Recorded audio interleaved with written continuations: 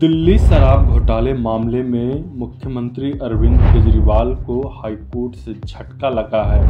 अदालत ने ईडी द्वारा गिरफ्तारी और हिरासत को चुनौती देने वाली उनकी याचिका को खारिज कर दी है। दिल्ली में अरविंद केजरीवाल की गिरफ्तारी एनडीए बनाम इंडिया या बीजेपी बनाम आप की हो चुकी है। अरविंद केजरीवाल और आम आदमी पार्टी के नेता यह कहते रहे कि उनकी गिरफ्तारी इन चुनावों के समय इसलिए हुई कि आम आदमी पार्टी को कमजोर किया जा सके।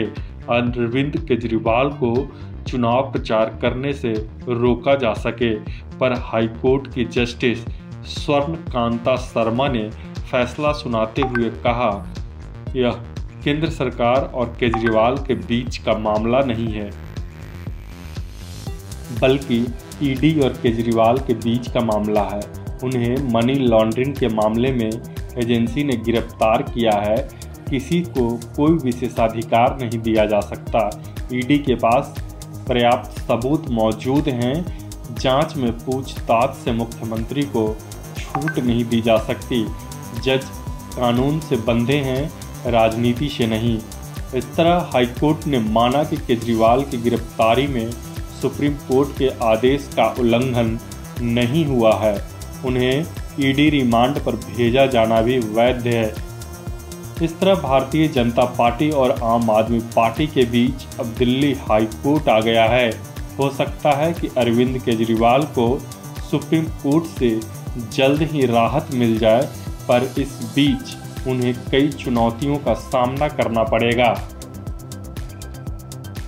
अरविंद केजरीवाल अभी तक इस मुगालते में थे कि वो कोर्ट को इस बात के लिए समझा लेंगे कि उनकी गिरफ्तारी ही गलत है। इसके लिए वो लगातार ईडी और बीजेपी को टारगेट कर रहे थे, पर दिल्ली हाई कोर्ट ने मंगलवार को उनकी उम्मीदों पर पानी फेर दिया। कोर्ट ने कहा कि याचिका जमानत के लिए नहीं बल्कि हिरासत को चुनौती देने के लिए दी गई है।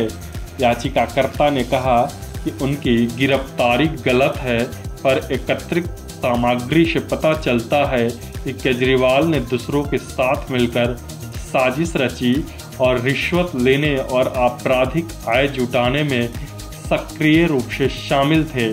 केजरीवाल बतौर आम आदमी पार्टी के राष्ट्रीय संयोजक सहित दो तरह से पूरे मामले में शामिल है, या व्यक्तिगत रूप से शराब नीति बनाने और रिश्वत के पैसे जुटाने में शामिल है।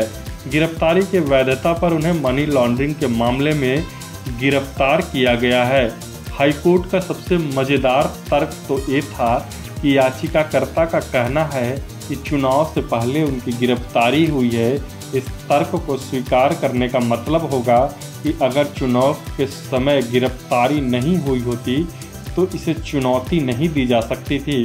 केजरीवाल की गिरफ्तारी के खिलाफ दलील पर हाईकोर्ट ने कहा कि ईडी के पास पर्याप्त सामग्री थी, जिसके कारण उन्हें गिरफ्तार करना पड़ा।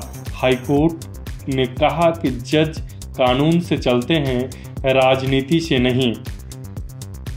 वहीं दूसरी चुनौती यह थी कि आम आदमी पार्टी यह लगातार आरोप लगा रही है कि कई गवाहों को धमकी दी जा रही है, पिटाई करने के बयान लिए गए हैं, पर दिल्ली हाई कोर्ट ने कहा उसके बाद आप नेताओं के पास इस तरह की दलील देने का कोई बहाना नहीं रहेगा।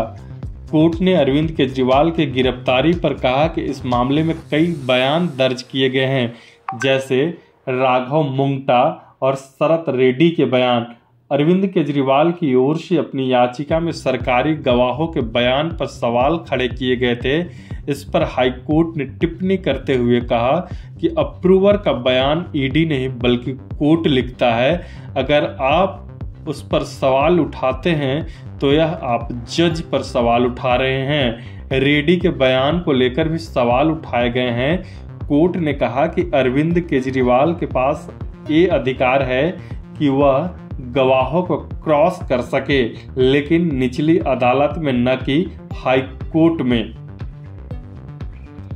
तीसरी बड़ी झटका यह है कि हाई कोर्ट की टिप्पणियों के बाद दिल्ली के एलजी और केंद्र सरकार को भी एक आधार मिल गया है कि वो केजरीवाल सरकार पर एक्शन ले सके। दिल्ली के एलजी विनय सक्सेना पहले ही इशारा कर चुके हैं कि जेल के अंदर से सरकार चलाना ज़्यादा दिन संभव नहीं है। चुनावों का माहौल होने के चलते शायद बीजेपी भी अब तक किसी भी तरीके के अलोकप्रिय फैसले से बचती रही है, पर जब हाईकोर्ट ने यह मान लिया कि केजरीवाल के खिलाफ पर्याप्त सबूत हैं, हो सकता है अभी केंद्र सरकार कुछ दिन और इंतजार करे। आम आदमी पार्टी अब सुप्रीम कोर्ट में अरविंद केजरीवाल की रिहाई की अपील करेगी।